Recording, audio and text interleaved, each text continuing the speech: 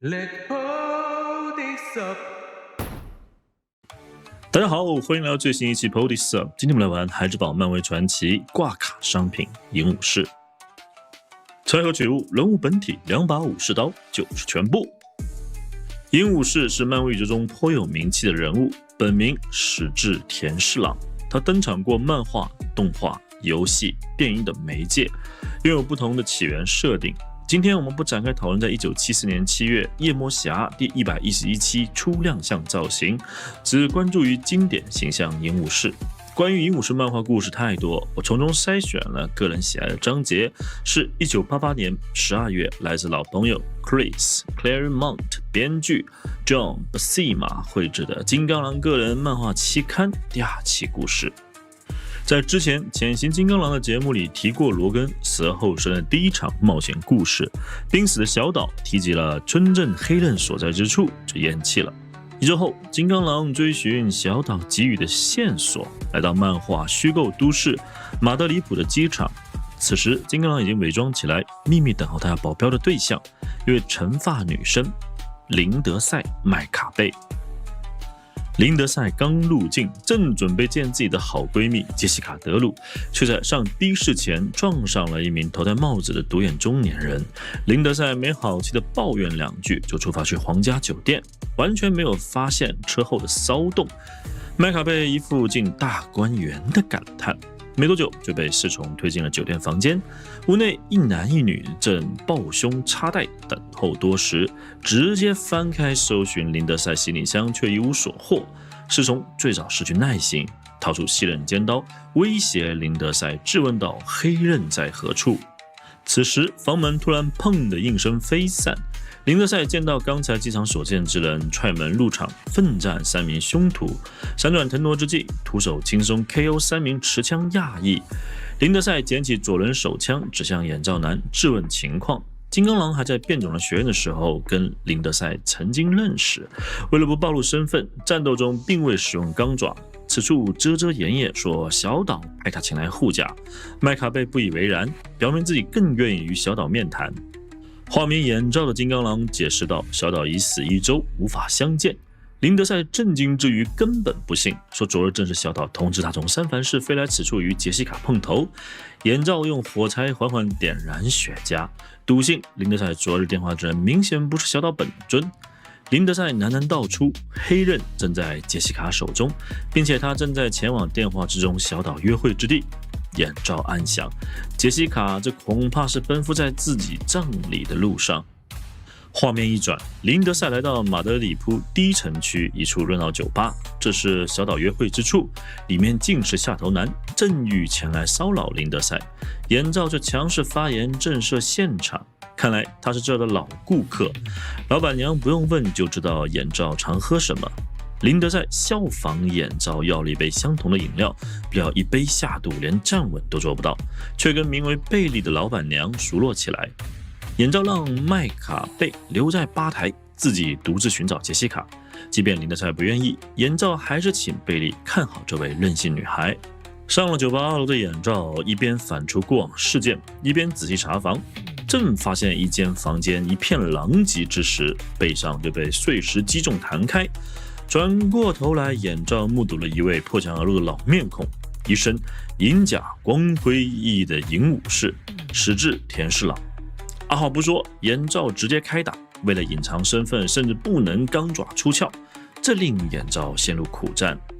谁知此时又有一人乱入战场，他一身飒爽黑皮衣，脚蹬高跟鞋，手持黑色刀刃，直接将眼罩击飞，撞向银武士。此人不是他人，正是杰西卡本人。3人酣战回酒吧1层，却被混迹在客人中的邪教徒开枪射击。银武士与杰西卡就这么组成了12共同作战，使彼此开打的奇怪组合。当林德赛想唤醒杰西卡，却引来杰西卡的杀意，转身扑向他曾经的挚友。不料杰西卡被飞身扑来的眼罩直接截胡。眼罩之术，杰西卡也算是自己为数不多的友人。如果最坏情况他已经被黑刃吞噬意志，那么结束杰西卡的生命不仅是必要行为，也是对他的一种怜悯。谁料此时酒吧承重墙已经支撑不住，轰然倒塌，银武士不见身影。杰西卡则口咬黑刃，纵身一跃，消失在圆月夜空之中。眼罩让林德赛原地别动，他自行追踪。麦卡贝在现场发现银武士在塌方之下，彼此解救不欠人情之后，在警察赶来之前溜走。眼罩在码头追上了杰西卡，第二回合正式开打，两人从墙面打到仓库，河边站到屋顶。钢爪与黑刃交撞时溅起的火花，甚至点燃了仓库内油桶漏出的燃油。眼罩看准杰西卡体力逐渐不支，一个破绽伸手夺走了黑刃，正准备处决杰西卡之时，却从手中黑刃传出声音：“这是何等精神力！享受吧，战士！命运使我们合二为一。”晕倒的杰西卡外观变回常态，而眼罩的面部表情却狰狞起来。循着火光赶来的银武士与林德赛来到仓库下面，望见眼罩右手握持黑刃，左手搂着没有知觉的杰西卡，呐喊：“让世界崩塌吧！让所有生命都知道，经历这么长时间，黑刃终于拥有一位对得起其名号的主人。通过牺牲这个女人，黑刃铸造的纽带永不断裂。”本章漫画就在这意外的反转下戛然而止，何等意犹未尽！剧情中，我们得知金刚狼与银武士算是旧识，而银武士也不是无恶不作的反派。故事通过群像 POV 视角的不断切换，银武士立场似乎也在不停转变。作为金刚狼的变种人老对手，刻板印象拉满了东银武士人气越来越高，登场也越发频繁，在不同的编剧与画师笔下推陈出新，带来了不少脍炙人口的经典故事。难怪频频与金刚狼一同走进电子游戏。关于黑刃的 Black Blade 第3期故事更加精彩，咱未来关联角色体验室继续。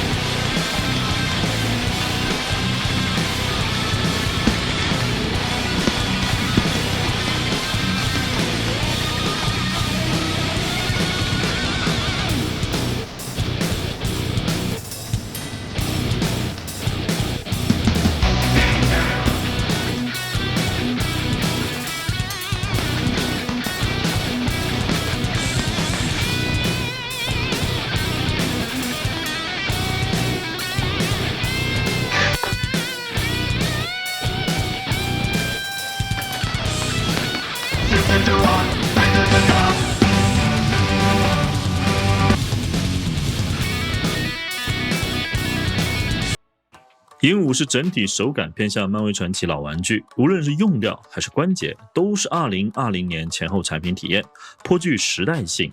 人物造型基于漫画人设，头盔、甲胄、服饰，全身都闪着银色亮粉，涂装对得起银武士的名号。身材方面相当壮硕，完全不像同系列中亚洲人产品身材，比肩欧美壮汉。这点不仅体现在尺寸，当实际把玩起来也意外的扎实耐玩。面相是本品亮点，拥有东银武士刻板印象中的扑克脸，配合这座上半张脸的白眼造型，风味跟忍者神龟中反派史瑞德有着异曲同工之处。甲胄的层次、螺点、绑绳在造型上都有刻画，只是没有全部上色。甲胄软胶材质确保了可动范围，也许只有外露关节孔洞，造成了不少玩家的抵触。对我来说还好，漫威传奇能够出漫画造型人物就要开香槟了。配件有2把尺寸略有差异的软胶武士刀，对应银武士左右手使用。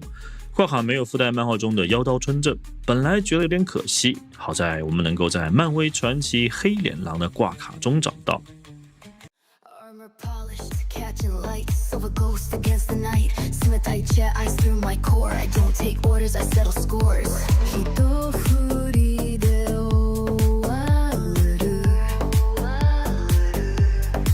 No banners raised, no flags to claim. I forge my path, no need for fame. Touch on steel, faster than sight. One strong, there is no fight. No pain, no bite. Unyielding edge, no strike in vain. Once it lands, none rise again.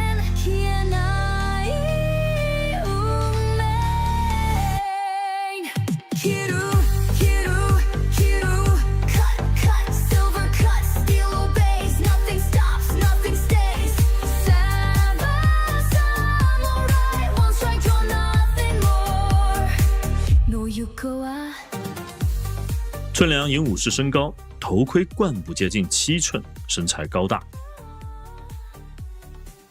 与杰西卡以及黑脸狼身形对比，